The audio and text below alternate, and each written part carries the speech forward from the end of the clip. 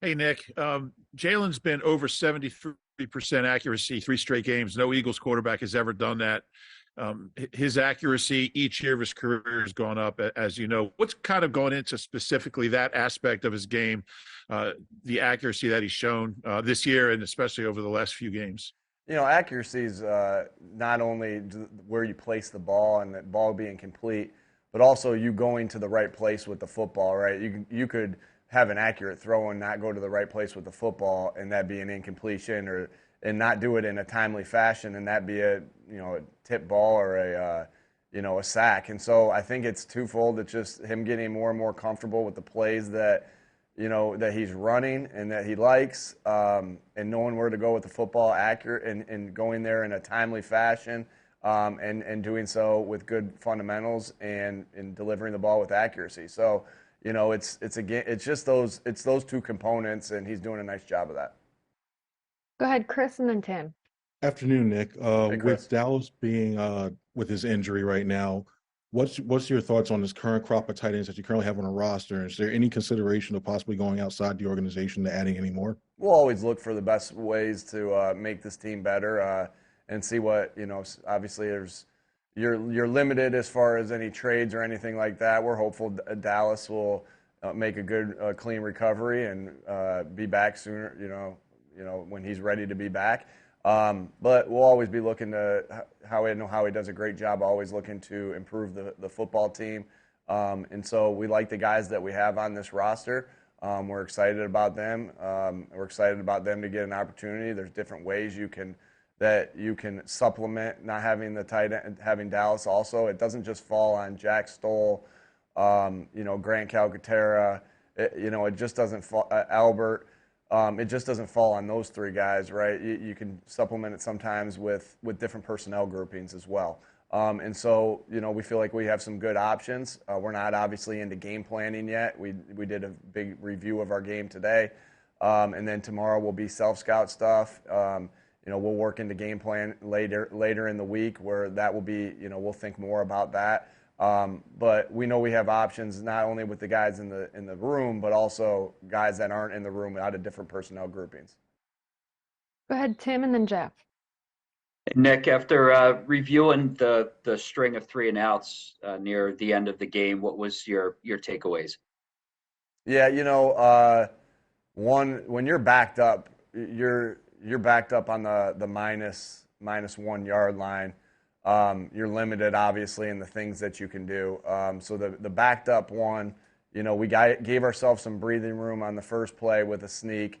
We were a little off on the next play, and then just didn't convert on the screen that we threw on the last play.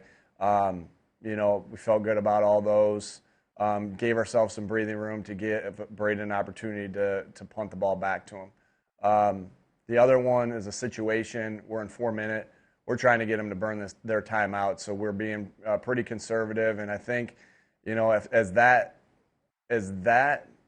drive started, as we look at it, I'm good if we give them the ball back with under 40 seconds or under 50 seconds, pardon me, inside the 20 with no timeout. So you're playing that how the situation it calls for. I'd say one true 3 and out. I think when you just look at the stats and don't look at the context of the way that the plays happen, I guess it's easy to say, hey, 3 and outs. Well, we'd like to keep those drives going. Of course we would like to convert backed up.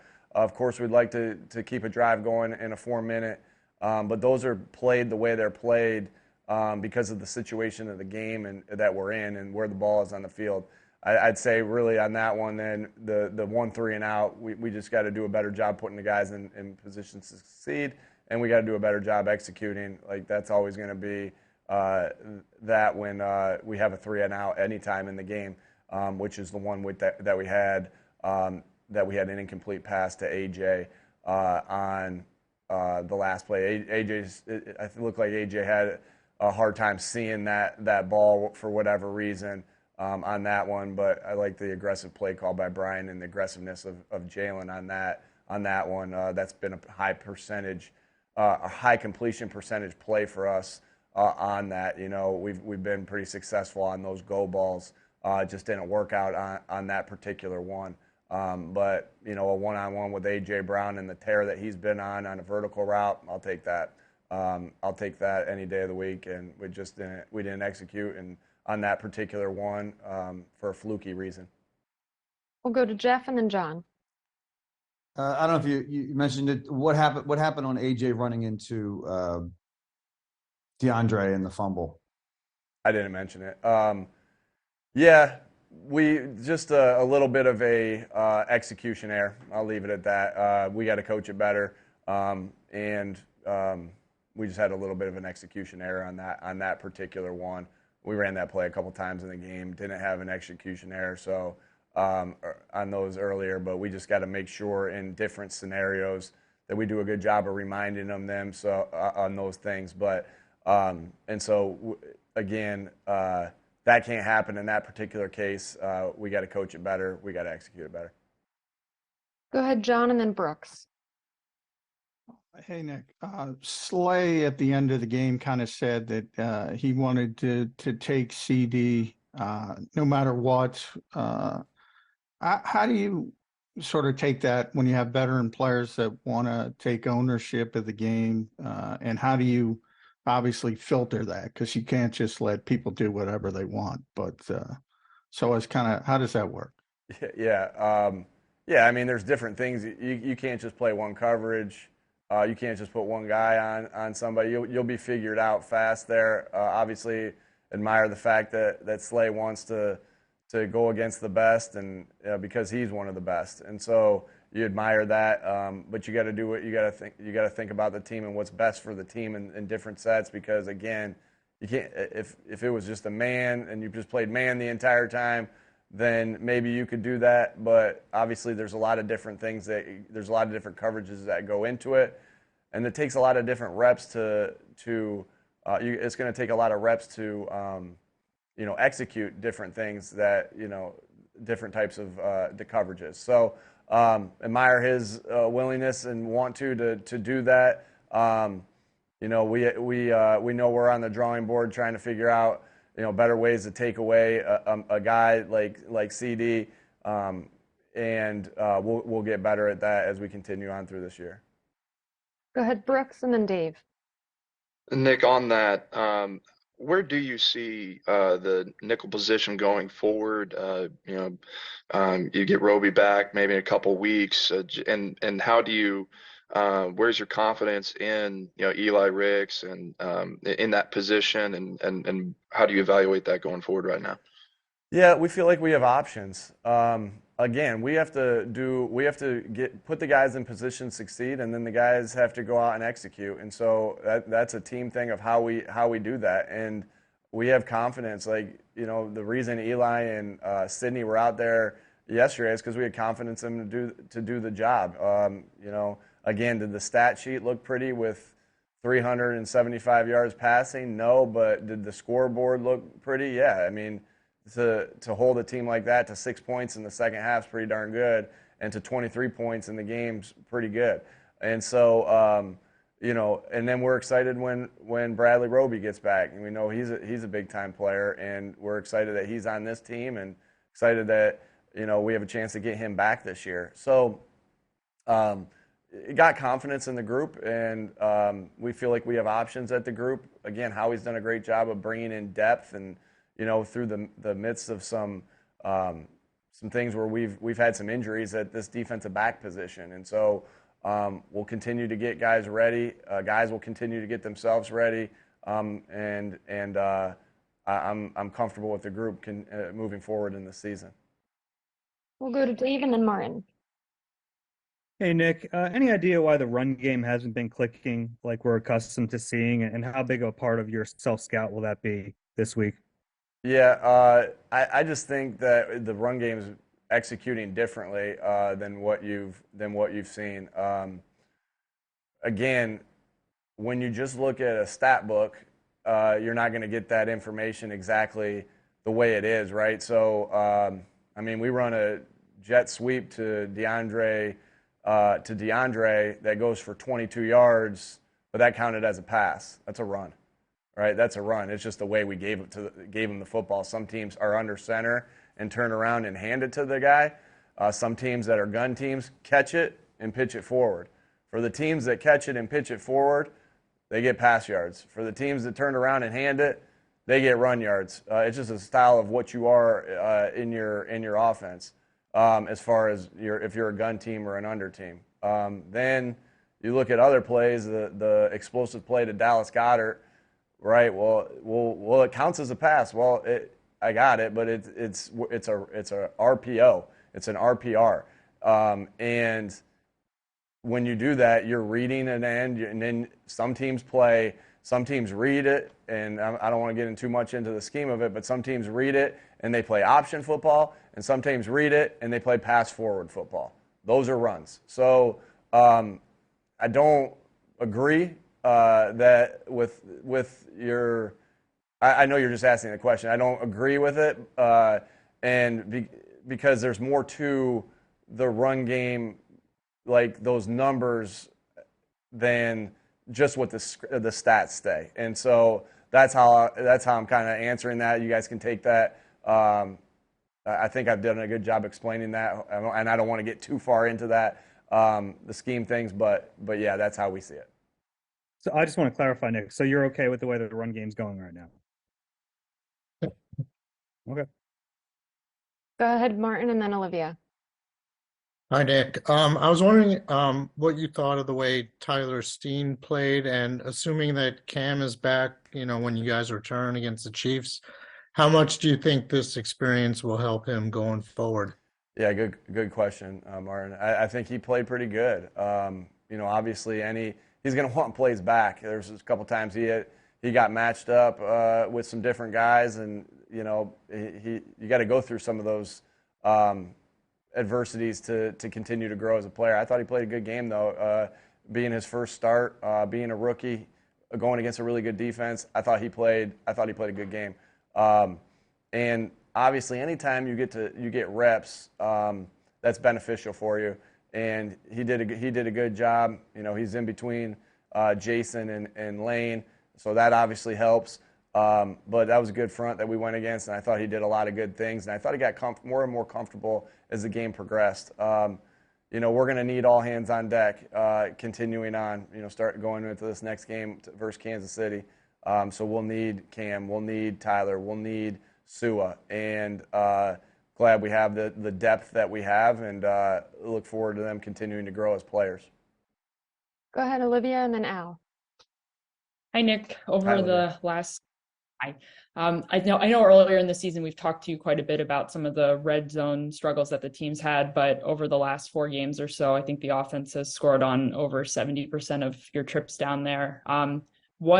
Why is the offense executing so much better in that area? How much of it is execution, and how much of it is play calling or something else? Sure. Yeah, we've worked hard at that. I think that anytime you're in the lower portion of the league in anything, that kind of pisses us off, right? And we know that we have to make strides to be the offense that we need to be, and that's in any scenario. Like, we don't want to be in the bottom parts of the league, if anything, especially something like as important as red zone football. In that situation. So because we know that means points. And so I think today we were, a couple weeks ago we were 27th, and today we were 13th. That's a hell of strides that we've made as a team to make sure we're putting the ball in the end zone, and we needed every one of those points yesterday. So great job by our guys yesterday to execute. And so anytime, like I said, anytime you're where that, it always starts with, are we putting the guys in position to make plays? So we made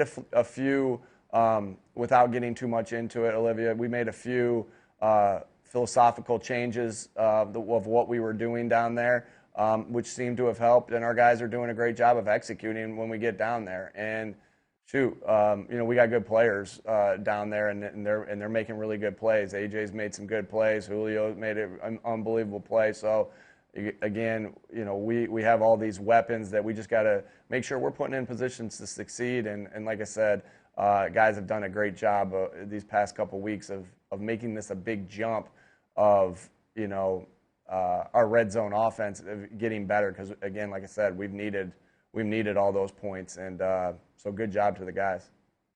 We'll take these last two questions from Al and Brooks. And then in the fourth quarter, you had that big stop at the 1 inch line, and you had to, on the very next series, you had to run the sneak like you talked about, and it went seamlessly. But you didn't have Dallas Goedert; he was out already. You brought in Jack Driscoll, and that play went seamless. It seemed like you got your 2 yards and a little bit of room. You talk about a player's preparation, that they can come in cold like that and execute it. And will Jack stay in that role until Dallas gets back? Yeah, I love that question. These guys work so hard to these backup players work so hard to be ready for their opportunities, right? So hard. Yesterday, was a great example of that, and that's just such great examples that you can show how important practice is, how important walkthrough is, how important the individual preparation is. How important position meetings are, all those different things that everybody's locked in, that, because at the end of the day, like, Jack wasn't getting those reps in practice. Like you said, Dallas was. And so that takes a commitment and mental toughness to make sure you're ready to go when your number's called, and that you've put, not only that why are you ready to go? You're ready to go because you've put in the work to prep yourself, even though the reps may not, you may not have had the reps.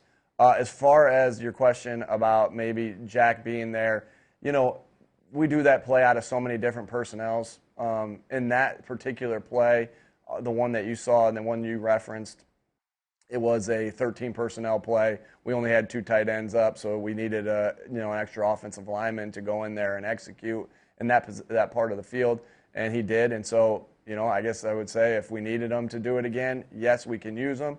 But if we're not in that personnel grouping, we might not need him to do so. But I know this, like you said, Jack Driscoll will be ready because of the person and the player and the teammate that he is. Thank you. Go ahead, Brooks.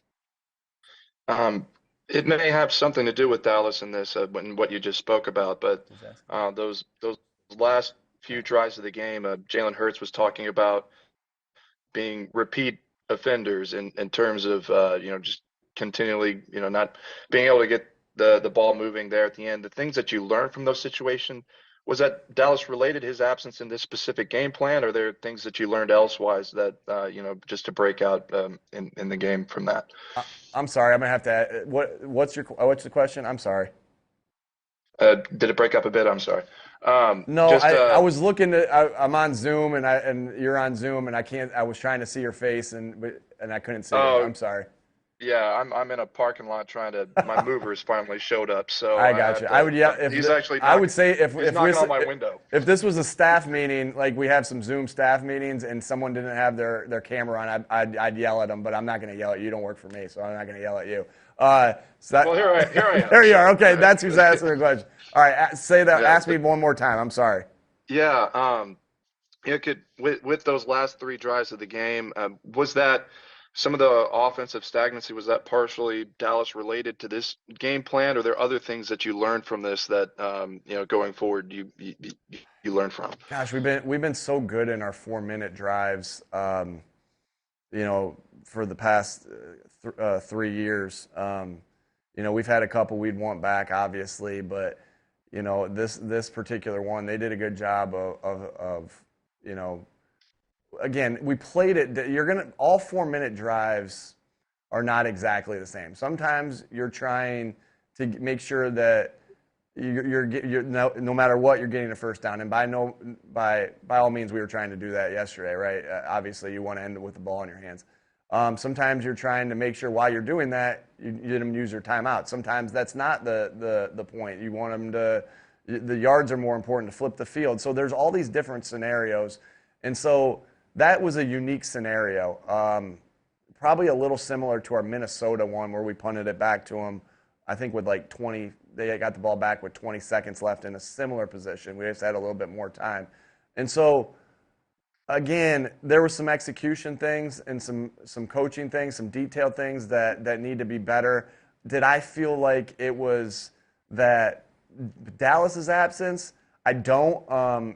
Now, Dallas is a phenomenal player, and anytime he's not in the game, you're excited for the opportunity for the other guys, but we know. I mean, it's Dallas Goedert. He's one of the best players at his position in the NFL. So you're going to miss him.